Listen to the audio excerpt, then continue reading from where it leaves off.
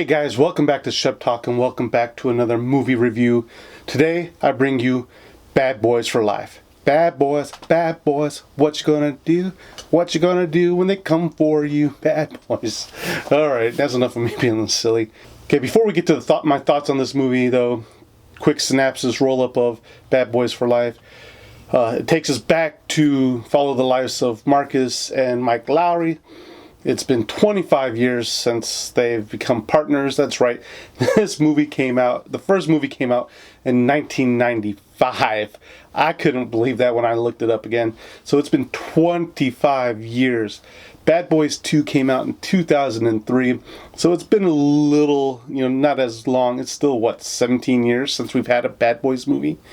So the premise of this movie is, without giving too much away, some bad guys that have history with Mike Lowry, is trying to make him suffer before ultimately trying to kill him off. And yeah, that's probably pretty much it. So let's get on with what worked for me. And I'm going to say right off the bat that Will Smith and, Martin Lawrence, they just have some good chemistry together. It's when they're on screen, they just seem to click. They're like the boys hanging out again. And I think this movie was pretty much a fun ride for them to do. And I won't, there's nothing really bad about that. I will say later on in my gripes, there's some stuff that works and some stuff that doesn't. But really that chemistry really works for me. I will say even for the most part, the writing does work for me. It is really, I'm going to say, it's not anything groundbreaking. There's nothing really new. This is a movie pretty much a nostalgia, giving these two actors like their send-off from this franchise that really they haven't done in 17 years. But it is a typical bad guy gets out of jail and wants revenge on the person that puts him in jail. And I'll get into my gripes, but it's not the best storyline, but it serves the purpose that it needs to do. And I will say, what also works for me is the surrounding characters for this movie. It was really fun. Each of them had their little quirks, their little backstories about what they did, and then also just seeing like the captain coming back again and seeing some of the cameos that appeared in this movie, that really worked for me.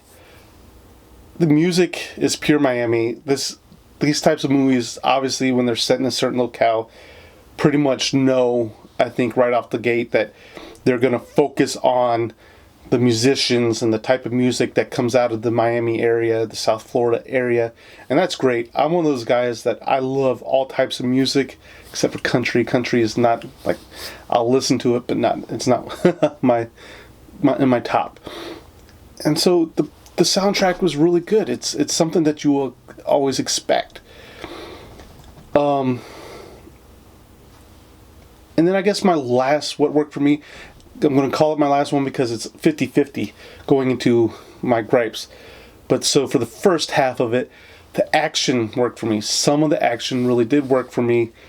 I think Michael Bay took a chill pill for this and was like, you know what, I'm going to step back and let let other people do what they want to do with this movie and not have these just over the top blowing up explosions and scenes.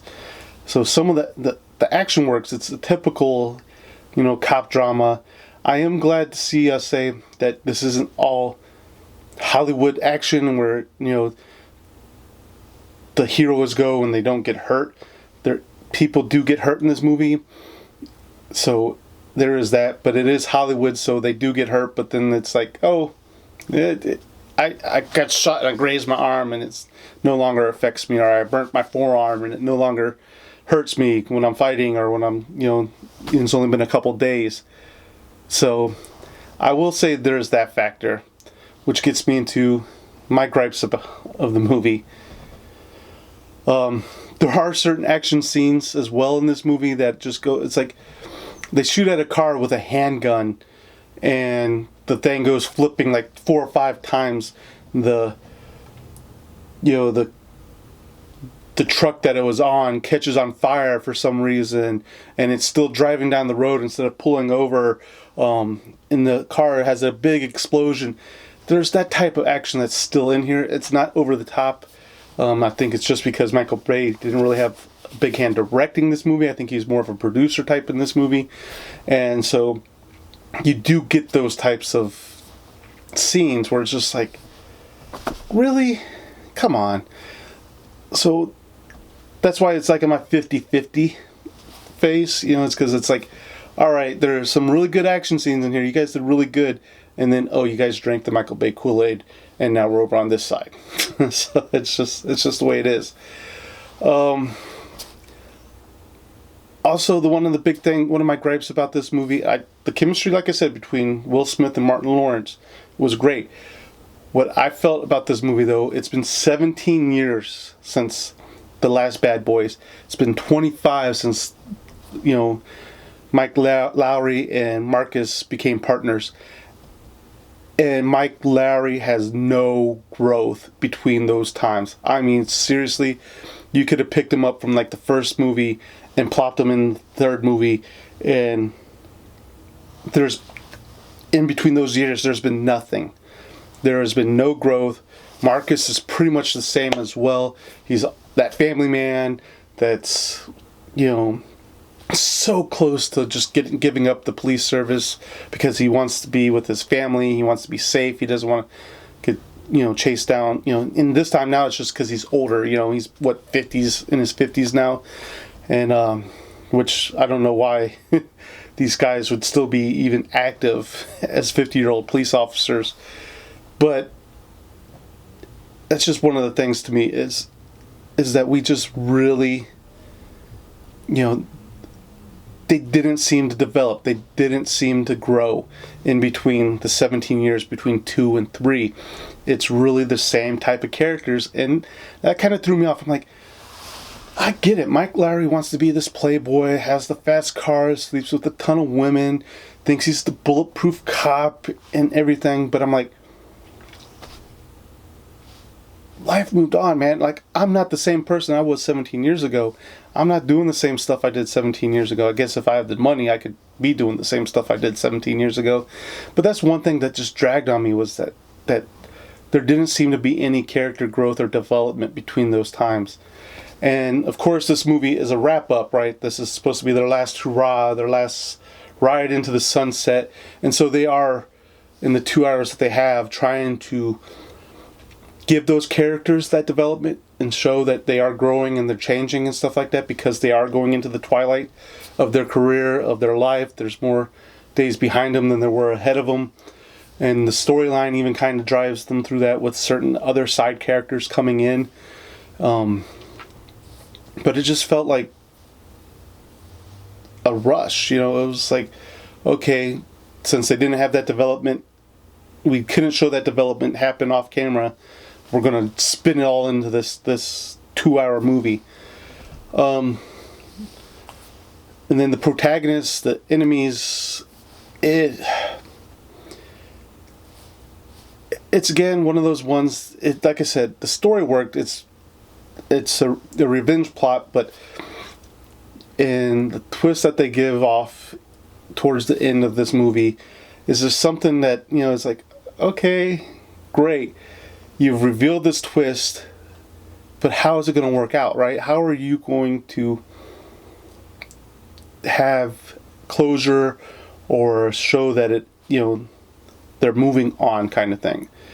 And the way this movie did it, it sets it up that even though this is supposed to be the Bad Boys, last hurrah, that either a 4th movie is coming out or, a spin-off of this movie is coming out, which I guess they could do because they do have what they call ammo, and that is I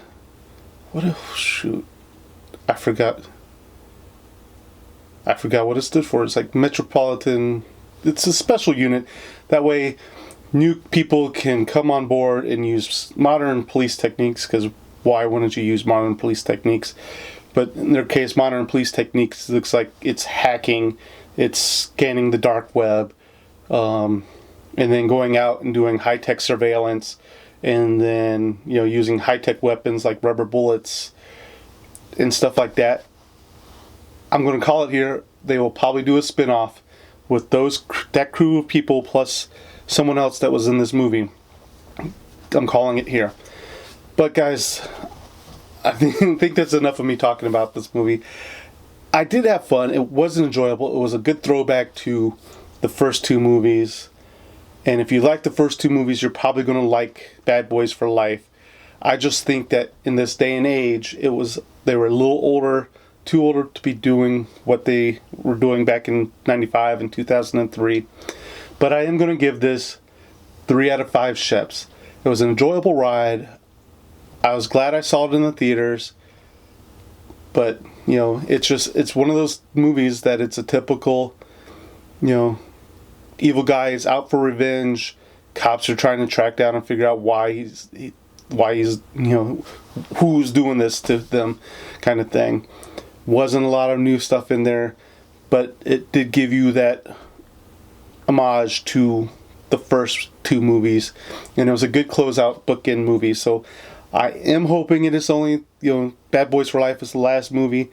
I do believe they're going to do a spin-off with the new crew that they had in there and one of the other characters that they introduced in this movie. So guys, have you seen Bad Boys for Life? Let me know down in the comments down below. What did you think? Did you enjoy it? Also, I'm going to put the thumbnail here. I am doing a giveaway for Zombieland Double Tap.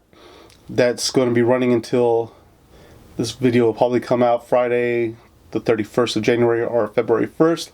It's probably going to run until the Tuesday, which is what, 4th? February the 4th, I think. So I'll put the dates and stuff like that. So go ahead and watch this video and,